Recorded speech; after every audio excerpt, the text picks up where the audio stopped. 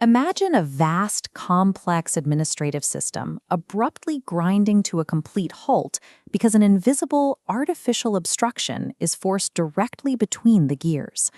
In the bureaucratic oversupply model, public service corruption bypasses standard bribery and operates as a form of structural coercion. Officials use their monopolistic authority to insert artificial bottlenecks into otherwise straightforward administrative procedures. They create these hurdles to force applicants into paying illicit tolls just to keep their operations from collapsing. This friction is deliberate, an engineered weapon of administrative monopoly. Between 2019 and 2026, investigations into Indonesia's foreign labor pipelines provided a laboratory to study this exact mechanism.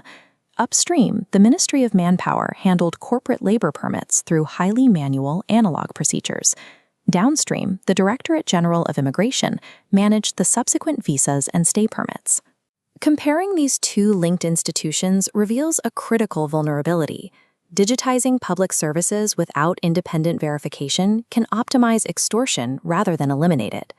We have to trace exactly how the transition to a fully digital system generated 366.7 billion rupiah in illicit cash.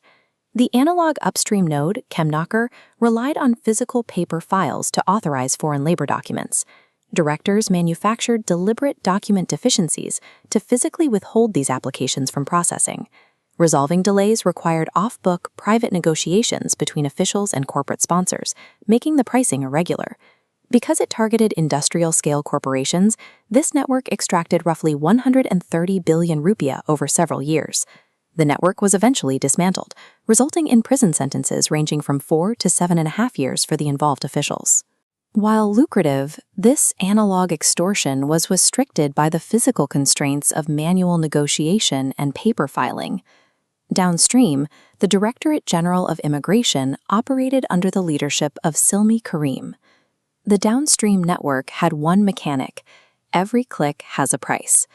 They weaponized their digital interface, halting processing bars at verification steps to track who hadn't paid the 1.5 million rupiah toll.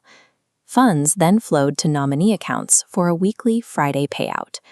To mask these transfers, the syndicate referred to top-level payments as malaikat, or angels, and used band roles like vocalist and guitarist to denote rank and profit shares. By automating the bottleneck, digitalization removed physical constraints, allowing the extraction to scale without friction. Financial forensics from the Anti-Money Laundering Agency, the PPATK, exposed the true footprint of this operation. Analysis of 96 bank accounts held by 35 immigration employees found 366.7 billion rupiah. Only 3% of that wealth came from legal salaries. The remaining 97% was extracted illicitly. Unlike the corporate targets upstream, immigration's digital system processed massive volume, targeting individual foreign workers, their families, and tourists at the national border. This broad extraction impacts more than individual wallets. It creates a predictable, illegal cost of entry for anyone attempting to live or work in the country. When the gatekeepers of a nation's borders operate as a toll syndicate, the result is a measurable erosion of the legal certainty required for international investment. These two syndicates shared a causal nexus, as they both relied on the exact same corporate sponsors for funding. When the Anti-Corruption Commission cracked down on the upstream Kemenaker network in 2025, it triggered an acute criminogenic panic downstream at immigration. Realizing their digital nominee accounts were exposed to investigators, the immigration syndicate pulled their capital offline, withdrawing massive amounts of cash. They regressed to money laundering techniques that predated the digital system, converting cash into gold bars to barter directly for off-the-grid real estate. Sophisticated digital syndicates are ultimately undone by the physical limitations of hiding massive illicit wealth. These cases present a clear reality. Computers do not inherently cure corruption.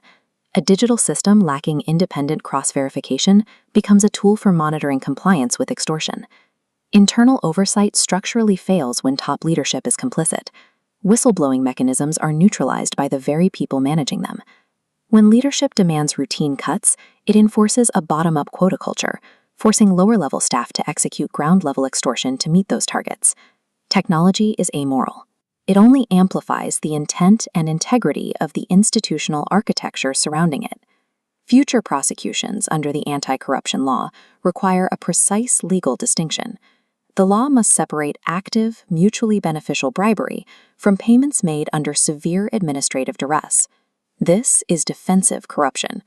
The corporate sponsors were victims, forced to pay artificial tolls just to keep their businesses operational.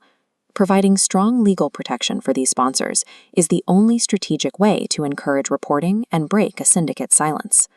By finally exposing the dark architecture of this bureaucratic extortion, we can begin to dismantle it, replacing coercion with genuine accountability.